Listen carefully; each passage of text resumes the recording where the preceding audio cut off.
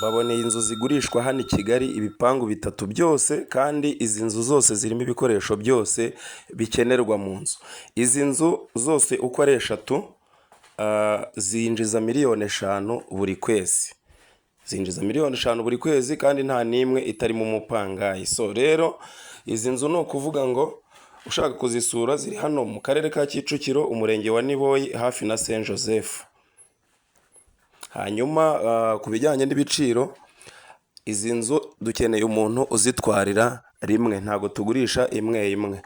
Hanyuma rero akaza akazitwarira rimwe kuri miliyoni 600 z'amafaranga y'u Rwanda, ubundi ugatangira kwinjiza miliyoni 5 buri kwezi.